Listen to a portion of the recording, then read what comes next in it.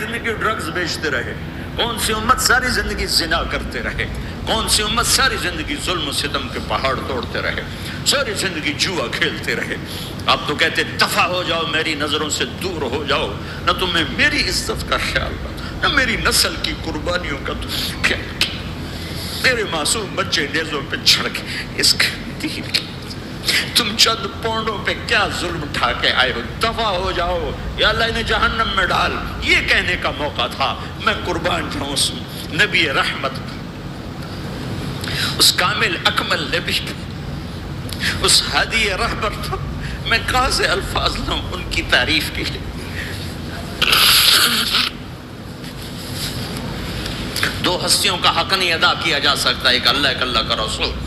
ہر ایک کا حق ادا ہو سکتا ہے، اللہ اور اس کے رسول کا حق نہیں ادا ہو سکتا۔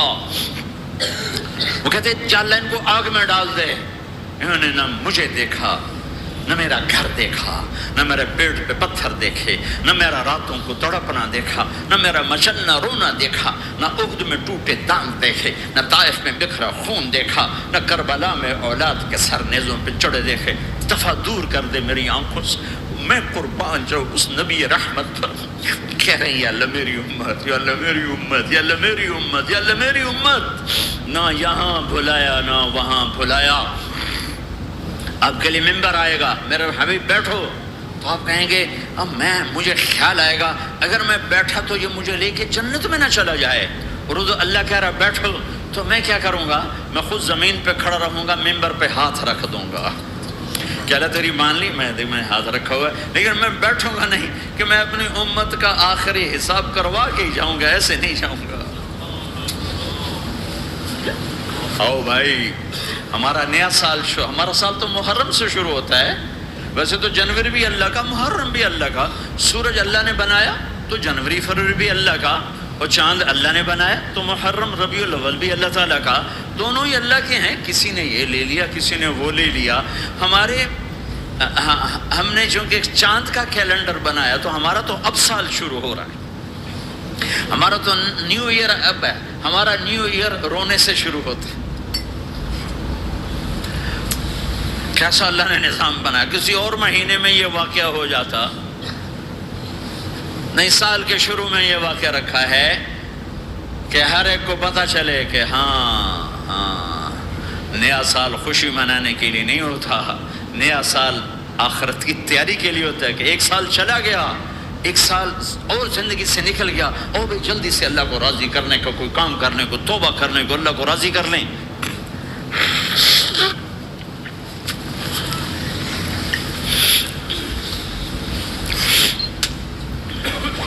لیکن آپ کیا کہہ رہے ہیں؟ یا رب امتی امت، یا رب امتی امت، یا اللہ میری امت، یا اللہ میری امت، یا اللہ میری امت۔ اور ایسی شفقت و محبت آپ کہیں گے یا اللہ یہ میری امت کا حساب میرے حوالے کر، میں لوں گا، تو نہ لے، میں لوں گا۔ تو اللہ تعالیٰ فرمائیں گے آپ کیوں لینا چاہتے ہیں؟ کہیں گے میں اس لیے لینا چاہتا ہوں کہ ان کے جتنے عیب ثواب ہیں نا وہ کسی کو پتہ نہ چلے، تو میرے سامنے ہی آ جائیں تو ان کو شرمندہ نہ ہونا پڑے، تو میں قربان جاؤں۔ پھر وہ رب محمد ہے، اس نے اپنے حبیب کی لاج رکھنی ہے، وہ کہیں گے میرے محبوب اگر آپ ان کا حساب لیں گے اور آپ ان کے گناہ دیکھیں گے تو پھر ان کو آپ سے تو بڑی شرم آئے گی۔ نہیں، میں آپ کو بھی نہیں دیتا، میں ان کا حساب پردے کے پیچھے لوں گا، کسی کو پتہ نہیں چلنے دوں گا۔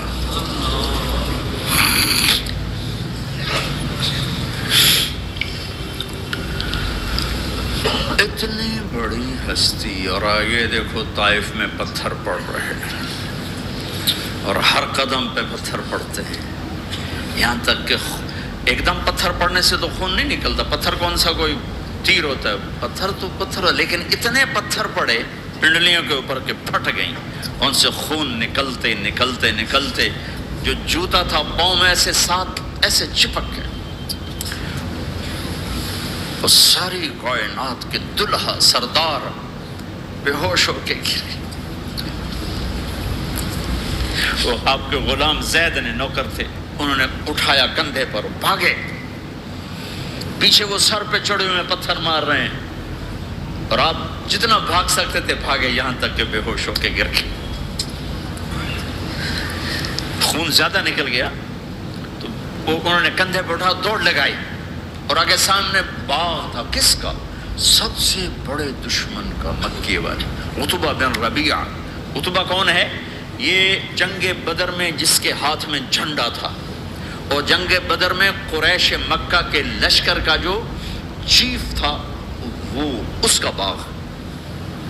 لیکن زید کو کوئی پناہ نظر نہیں، وہ باغ میں گھس گئے اور اللہ کے نبی کو ایک انگور کی بیل کے نیچے لٹایا۔ تو جان کا دشمن عتبہ، لیکن جب اللہ کے نبی کو خون و خون دیکھا تو اس کا دل بھی پگھل کے رہ گیا، کہنے لگا ہائے ہائے، طائف والوں نے محمد کے ساتھ کیا کرتا؟ جس پر دشمن کو رحم آیا ہمیں اس پہ رحم نہیں آیا، ہم نے اس کے آنسوں کی کوئی قیمت نہیں لگائی۔ وہ اتنا ایموشنل ہوا کہ جلدی سے گیا اور پلیٹ میں انگور توڑ کے سجائے۔ جب جانے لگا تو پھر شرم اور وہ ایک حجاب درمیان میں آڑے آ گیا، تو اپنے غلام کو بلایا، عداس کا، عداس یہ لے جا وہ جو آدمی زخمی پڑ، اسے جا کر کہنا کہ تمہیں رشتہ داری کی قسم میرے انگور رد نہ کرنا، کھا لے۔ حالانکہ موقع تھا کہ قتل کرتا، ہر وقت قتل کرنے کے منصوبے بنا رہے، موقع تھا کہ قتل کرتا۔ ایسا حال تھا کہ قاتلوں کے بھی آنکھوں میں آنسو آ نہیں آئے تو تمہاری آنکھوں میں نہیں آئے۔ چند پونڈوں پہ اپنے نبی کو بیچ دیا۔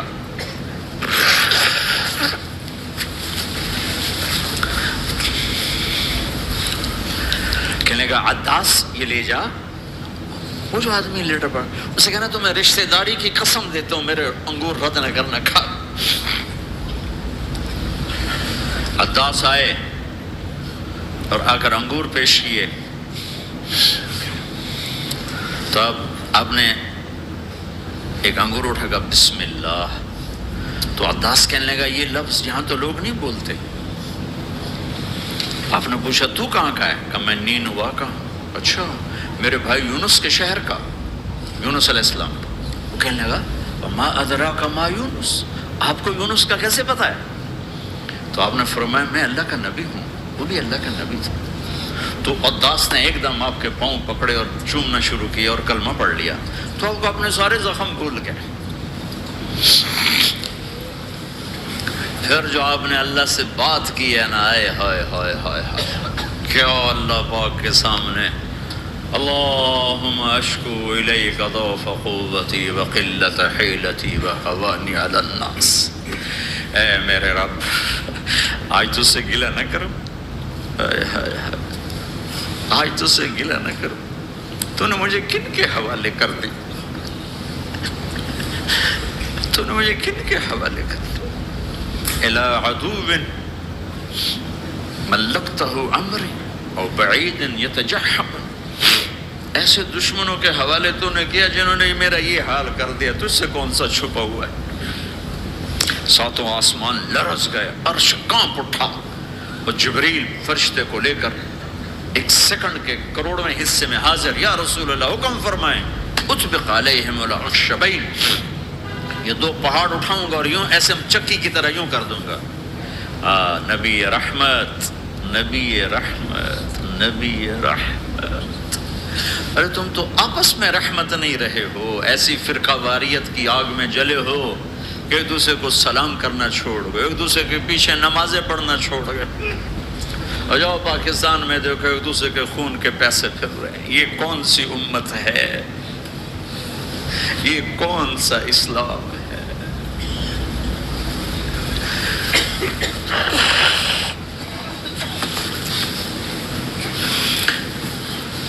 حضرت عائشہ نے پوچھا یا رسول اللہ آپ کو سب سے زیادہ تکلیف کہاں پہنچی؟ کہا طائف میں، طائف میں 23 برس میں سب سے زیادہ تکلیف کہاں پہنچی؟ فرمایا طائف میں۔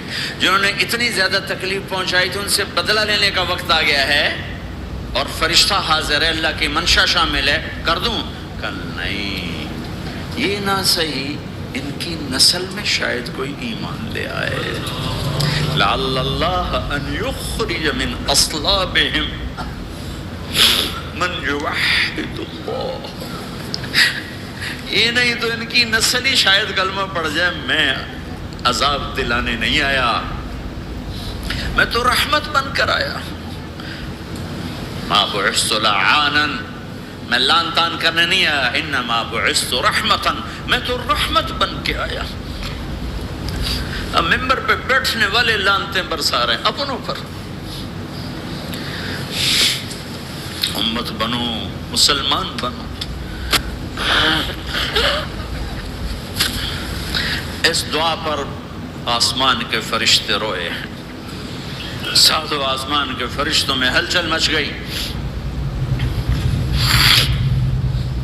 میرے بھائیو، یہاں کوئی آزاد نہیں ہے. موت سے لڑو، دکھاؤ. بڑھاپے سے لڑ کے دکھاؤ. غم اور دکھوں سے لڑ کے دکھاؤ. یہاں پابند بن کے چلو اس اللہ کے جس کی شہنشاہی ہے، اس اللہ کے جس نے مجھے بنایا.